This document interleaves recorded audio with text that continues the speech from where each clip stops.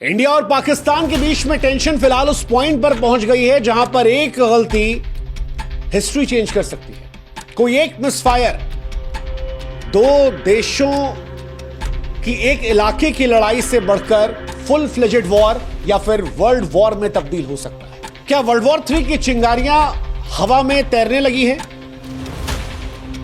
भारत और पाकिस्तान का हर कदम अब केवल दो देशों की किस्मत को नहीं तय करेगा बल्कि यह दुनिया की दशा दिशा को भी तय कर सकता है। और जिस तरह यह बढ़ रहा है, क्या वर्ल्ड वॉर हो जाएगा?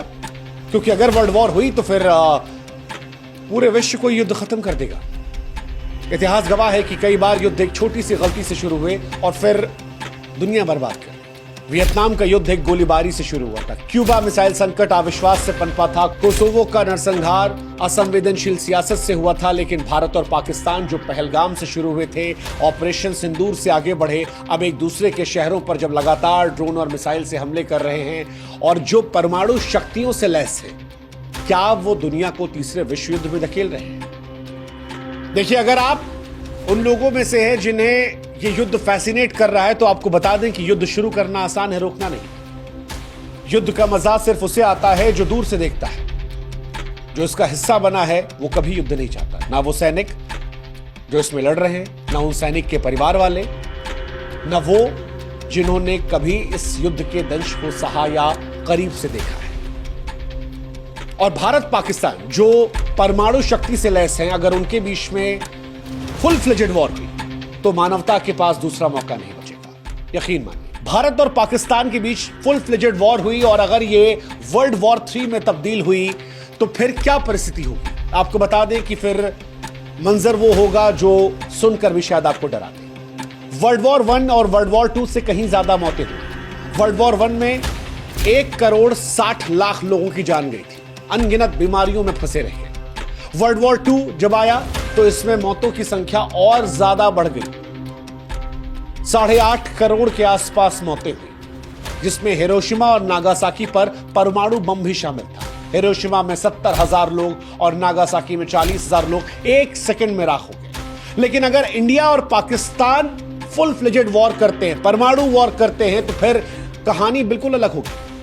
अगर ये दोनों देश अपने 50% हथियारों का भी इस्तेमाल करते हैं तो ये मान के चलिए 10 से 20 करोड़ लोग पहले घंटे में मर सकते हैं। उसकी वजह है, चाहे दिल्ली हो या कराची, इनकी आबादी घनी है। दिल्ली में 2.5 करोड़ से अधिक लोग हैं, कराची में 2 करोड़ से अधिक लोग हैं। आधुनिक हथियार इनके पास है जो 15 से लेकर 300 किलोटन की शक्ति रखते हैं। हिरोशिमा में 15 किलोटन का इस्तेमाल किया गया था और अब 300 किलोटन तक के हथियार हैं। आप सोचिए कितने गुना है। अब अगर हथियारों की ताकत बड़ी है तो तबाही का मंजर भी तो बड़ा होगा। अगर 100 किलोटन का मान लीजिए बम कराची या फिर दिल्ली पर गिर जाता है तो यकीन मानिए 5 से 10 किलोमीटर तक सब कुछ मलबे में तब्दील हो जाएगा। 20 किलोमीटर तक लोग जलकर राख हो जाएंगे। 30 किलोमीटर तक इमारतें जो हैं वो पूरी तरह से ढह जाएंगी। लाखों मौतें मिनटों में हो जाएंगी। करोड़ों ऐसे हैं जिनको इलाज नहीं मिलेगा। रेडिएशन का असर अलग आएगा। कैंसर, अपंगता और आगे आने वाली पीढ़ियों में बीमारियां जो इंसान की नस्लों को बर्बाद कर रख देंगे। अब अगर आपको लगता है कि दोनों देश समझदार हैं, वो लड़ रहे हैं, वर्ल्ड वॉर जैसी सिचुएशन या परमाणु वॉर जैसी सिचुएशन नहीं होगी, तो आपको यह समझना पड़ेगा कि एक गलती वर्ल्ड वॉर शुरू कर सकती है। एक गलती। कोई भी युद्ध जानबूझकर शुरू नहीं करता, हालात बनते चले जाते हैं। एक मिसफायर। आज भारत और पाकिस्तान के बीच तनाव की तपती रेत पर एक ऐसी गलती, एक मिसाइल का गलत निशाना, एक साइबर हमला, एक आतंकी साजिश या खुफिया जानकारी की चूक न केवल दोनों देशों को बल्कि पूरी दुनिया को तीसरे विश्व युद्ध की भट्टी में झोंक सकती है। ये दोनों देश ऐसे हैं जो परमाणु हथियारों से लैस हैं। गलतफहमी को सुधारने का वक्त शायद चंद मिनट भी ना मिले। उदाहरण के तौर पर एलओसी पर तनाव के दौरान एक मिसाइल अगर गलत निशाना साध लेती है तो दुनिया बदल सकती है। ऐसा पहले भी हुआ है। तकनीकी खराबी के चलते मिसाइलें इधर उधर गिरी हैं। उस वक्त बातचीत का दरवाजा खुला था, युद्ध नहीं चल रहा था, जैसे तैसे स्थिति संभाल ली गई। लेकिन आप कल्पना कीजिए कि दोनों देशों की तरफ से कोई एक मिसाइल किसी एक देश के रिहायशी इलाके में गिर जाए। अगला देश क्या करेगा? वो पलटवार करेगा, उससे बड़ा, उसके बाद अगला बड़ा वार। शायद इसी आवेश में कोई परमाणु शक्ति का इस्तेमाल कर ले। यह खतरनाक हो सकता है। अगर भारत की अग्नि 5 जो 5000 किलोमीटर रेंज या पाकिस्तान की शाहीन 3 जो 2700 किलोमीटर रेंज गलती से इधर उधर चली जाती है तो दूसरा हमला करेगा। आज भारत नो फर्स्ट यूज पॉलिसी का इस्तेमाल करता है, लेकिन अगर गलतफहमी इस लेवल पे जाती है तो शायद जवाब खतरनाक होगा। मिसाइलें हवा में होंगी। दिल्ली, मुंबई, कराची, इस्लामाबाद जैसे शहर मिनटों में मलबे में तब्दील हो सकते हैं। मौजूदा दौर में अगर कहीं कोई आतंकवाद हो जाता है तो यह भी विश्व युद्ध की तरफ धकेल सकता है। 2008 में मुंबई हमलों ने भारत को हिलाया था। 2019 के पुलवामा हमले ने बालाकोट हवाई हमले को जख्म दिया था। पहलगाम में जो कुछ हुआ उसके बाद भारत ने ऑपरेशन सिंदूर चला दिया। आप कल्पना कीजिए कि अगर कहीं कोई आतंकवादी हमला होता है तो उसका जवाब होगा। भारत सीधे सीधे से पाकिस्तान की साजिश मानेगा, जवाबी कार्रवाई होगी। सच्चाई कुछ भी हो, वो युद्ध के बीच में दब जाएगी और उसके बाद दुनिया विश्व युद्ध की आग में जा सकती है। भारत और पाकिस्तान के बीच संयुक्त रूप से सैकड़ों हथियार। भारत के पास अनुमानित 180 हथियार है परमाणु के। पाकिस्तान के पास भी 170 के आसपास है और दोनों की मिसाइलें, चाहे भारत की अग्नि या पाकिस्तानी गजनवी, मिनटों में एक दूसरे के शहरों को राख कर सकती है। यकीन मानिए, दिल्ली से इस्लामाबाद, कराची से लेकर मुंबई, अगर ये मिसाइलें चलती हैं तो कोई नहीं बचेगा। सबसे डरावनी बात यह है कि ये दोनों देश इमोशनली ड्रिवन है। भावनाओं का ज्वार चरम पर है। दोनों देशों के बीच, संकट के बीच संचार के चैनल बहुत कमजोर हैं, बहुत कमजोर हैं। और तनाव पर ये कितने कारगर होंगे इसकी कल्पना हम और आप कर सकते हैं। 2019 में बालाकोट हमले के बाद दोनों देशों के बीच संवाद लगभग टूट गया था। अगर कोई गलती से मिसाइल इधर उधर गई तो गलतफहमी दूर करने के लिए शायद 10 मिनट भी ना मिले। और परमाणु युद्ध में 10 मिनट क्या होता है वो आप कल्पना भी नहीं कर सकते। ये ऐसा युद्ध होता है जिसमें 10 सेकंड में खेल हो सकता है। अगर विश्व युद्ध होता है तो कौन किस तरफ जाएगा, क्या गठबंधन बन सकता है? भारत के पास अमेरिका का साथ होगा, नेटो का साथ होगा जिसमें ब्रिटेन, फ्रांस, जर्मनी जैसे देश आ सकते हैं। इजराइल भारत का पक्का दोस्त है। जापान, ऑस्ट्रेलिया भी साथ आ सकते हैं। भारत की रणनीतिक स्थिति, आर्थिक ताकत मजबूत होगी। पाकिस्तान का साथ चाइना दे सकता है, उत्तर कोरिया दे सकता है, टर्की उसके साथ जाएगा, ईरान उसके साथ होंगे। कुछ इस्लामिक देश जो हैं वो भी इसके साथ रहेंगे। कुछ देश ऐसे हैं जो दोनों साइड से रहेंगे, जैसे दक्षिण अफ्रीकी देश, अमेरिकी देश, ये हो सकते हैं। रूस पाकिस्तान के साथ इस बीच में क्लोज हुआ है, लेकिन भारत के साथ उसके संबंध दशकों पुराने हैं। ऐसे में रूस भी भारत की तरफ रहेगा। अब सवाल यह कि जिस विश्व युद्ध की हम बात कर रहे हैं, विश्व युद्ध 1 और विश्व युद्ध 2, ये शुरू कैसे हुए थे? इनकी शुरुआत को समझना जरूरी है अगर इनसे हम बचना चाहते हैं। खासतौर पर भारत और पाकिस्तान के संदर्भ में तो समझना बहुत जरूरी है, क्योंकि यहां पर एक छोटी सी गलती इसकी आशंका पैदा कर सकती है। फर्स्ट वर्ल्ड वॉर और सेकेंड वर्ल्ड वॉर इतिहास के सबसे विनाशकारी संघर्ष थे। दोनों की शुरुआत छोटी छोटी चिंकारियों से हुई थी। जैसे फर्स्ट वर्ल्ड वॉर 1914 से 1918 तक गया था। ऑस्ट्रिया हंगरी के आर्क ड्यूक फ्रांस की हत्या ने यूरोप में तनाव भड़का दिया था और इसी के बाद इसे विश्व युद्ध की चिंगारी में बदलते देखा गया। नतीजा जैसा हमने बताया, 1.5 करोड़ से अधिक लोगों की मौत हुई। सेकेंड वर्ल्ड वॉर, हिटलर के विस्तारवादी नीतियां, पोलैंड पर जर्मनी का हमला और उसके बाद ये विश्व युद्ध में तब्दील हुई। 7 से 8 करोड़ लोगों की मौत हो गई।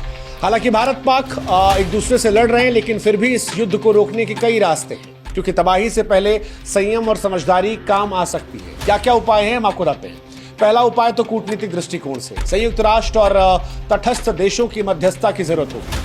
कूटनीतिक दृष्टिकोण दुनिया में किसी भी युद्ध को रोकने का सबसे पुराना और प्रभावी हथियार है। रूस और यूक्रेन लड़ रहे थे, तब भारत ने भूमिका निभाई थी। भारत ने दोनों संवाद किया था। अब भारत और पाकिस्तान के बीच में जब कमजोर कम्युनिकेशन है तो दुनिया के और बड़े देश इस बीच में अपनी भूमिका निभा सकते हैं। भूमिका संयुक्त राष्ट्र भी निभा सकता है। संयुक्त राष्ट्र ने इससे पहले भी इंडिया और पाकिस्तान में युद्ध को रोका है, कई बार रोका है और इस बार भी वो अपनी अहम भूमिका कर सकता है। जैसे 1965 और 1971 में भारत पाक युद्धों के बाद यूएन ने मध्यस्थता करवाई थी। 1965 में ताशकंद समझौता और 1971 में शिमला समझौता हुआ था, जिसकी बाद भारत और पाकिस्तान में शांति बनाने की कोशिश की गई थी। हालांकि इसमें भी चुनौतियां हैं, क्योंकि यूएन में अमेरिका, चीन, रूस परमानेंट मेंबर है और वो अपना अपना हित देखेंगे। चीन पाकिस्तान का समर्थन करेगा, अमेरिका इंडिया की तरफ झुकेगा। ऐसे में क्या यूएन की तरफ से कोई निष्पक्ष सुझाव आ सकता है?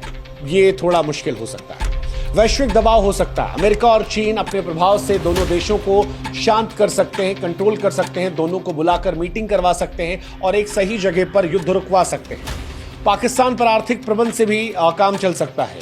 पाकिस्तान वो देश है जो पैसों के मामले में बिल्कुल भिखारी बन चुका है, उसके पास पैसे नहीं है। ऐसे में अगर दुनिया उसे फंड करना बंद कर देती है या ग्रे लिस्ट में डाल दिया जाता है या आतंकवाद को लेकर उस पर एक्शन ले लिए जाते हैं, FATF की ग्रे लिस्ट में उसे डाल दिया जाता है वापस, तो फिर पाकिस्तान शांत हो सकता है। जन आंदोलन भी काम कर सकते हैं अगर दोनों देशों की जनता शांति के सड़कों पर उतरे। हालांकि इसके चांसेस ना के बराबर हैं, क्योंकि ना हिंदुस्तान और ना पाकिस्तान, ये दो ऐसे देश हैं जहां लोग देश के लिए जीने मरने को तैयार है। ऐसे में शायद ही कोई ऐसा होगा जो सामने आकर ये कहेगा कि युद्ध रुकना चाहिए। हालांकि कुछ लोगों ने लिखना पढ़ना ऐसा भी शुरू कर दिया है, वो सामने आ रहे हैं। जैसे भारत में अंबाती रायडू ने ट्वीट किया कि आंख के बदले आंख दुनिया को अंधा कर सकती। कई और लोगों ने भी लिखा कि युद्ध वो चाहते हैं जिन्होंने युद्ध देखा नहीं है, जिन्होंने युद्ध देखा है वो युद्ध से बचना चाहते हैं। अगर ऐसी आवाजें और बढ़ती हैं, अगर ऐसी आवाजें और ज्यादा आती हैं, तो शायद दोनों देशों की तरफ से कोई विचार हो सकता है। हालांकि युद्ध और देशभक्ति के शोर के बीच में ऐसी आवाजों का शोर शायद कम हो जाए, लेकिन फिर भी उम्मीद छोड़ना गलत है और आप इसकी भी उम्मीद कर सकते हैं। सैन्य संयम, भारत और पाकिस्तान को उकसावे वाली कार्रवाई करने से बचना चाहिए, यह भी एक समाधान हो सकता है। भारत पाकिस्तान अगर युद्ध लड़ भी रहे हैं तो वो एक हिस्से को लेकर लड़े, रिहायशी इलाकों से बचें, ताकत सेना के बीच में टेस्ट हो, मासूम लोगों पर इसका प्रयोग ना किया जाए, क्योंकि अगर ये प्रयोग हुआ तो ये विश्व युद्ध की चिंगारी को जला सकता है। लेकिन आखिर में जो सवाल सबसे मौजूद है वो यही कि क्या हम राख से पहले शांति को चुन सकते हैं, क्योंकि भारत और पाकिस्तान के बीच वर्तमान तनाव ऐसे चौराहे पर खड़ा है जहां से लौटना लगभग असंभव है। इतिहास ने हमें बार बार सिखाया है कि युद्ध सिर्फ सरकारें नहीं बल्कि सभ्यताएं हारती हैं। वर्ल्ड वॉर 1 एक गोली और वर्ल्ड वॉर 2 एक तानाशाह के लालच से शुरू हुआ था, करोड़ों की जान ली, पीढ़ियां तबाह कर दी। अब वर्ल्ड वॉर 3 की आशंका है। भारत और पाकिस्तान के बीच एक गलती इतिहास को बदल सकती है। एक मिसाइल इधर उधर होना ये दुनिया को युद्ध की आग में झोंक सकती है। परमाणु शक्ति कभी कोई ढाल नहीं रही है, ये वो विस्फोटक है जो मानवता की रेत पर टिक चुका है। भारत और पाकिस्तान के बीच इतनी ताकत है कि 5-10 मिनट की प्रतिक्रिया में दुनिया से नक्शा बदल सकता है। दिल्ली, कराची, लाहौर, मुंबई जैसे शहर मिट्टी में मिल सकते हैं। रेडिएशन की चुप्पी आने वाली पीढ़ियों को भी सुनाई पड़ेगी। ऐसे में क्या इस युद्ध को रोका जा सकता है? हाँ, अगर संवाद हो, संयम हो, समझदारी हो, कूटनीतिक हथियारों का इस्तेमाल किया जाए और दोनों देश की जनता युद्ध नहीं शांति में। अगर भारत और पाकिस्तान ये समझें कि दुश्मन एक दूसरे के भीतर नहीं बल्कि अविश्वास और कट्टर सोच के भीतर है, अगर पाकिस्तान आतंकवाद को खत्म कर दे तो हिंदुस्तान उसके साथ शांति समझौता कर ले, क्योंकि अगर ये शांति समझौता नहीं होता है और इस बार कोई गलती होती है तो शायद गलती की कोई गुंजाइश नहीं होगी, क्योंकि इस बार युद्ध शुरू हुआ तो कोई विजेता नहीं बचेगा, सिर्फ बचेंगी तो राख राख राख। इसलिए वक्त है इतिहास से सीखने का, क्योंकि अगर नहीं सीखे तो हिंदुस्तान पाकिस्तान ही नहीं एशिया और पूरी दुनिया शायद जल उठेगी। हमें तय करना है कि क्या हम मिलकर इतिहास बना सकते हैं या इतिहास के पन्ने पर खून की स्याही से अपना नाम दर्ज कर सकते हैं। फैसला हिंदुस्तान और पाकिस्तान के लोगों को करना है, फैसला हिंदुस्तान और पाकिस्तान की सरकारों को करना है। जय हिंद, जय भारत, नमस्कार।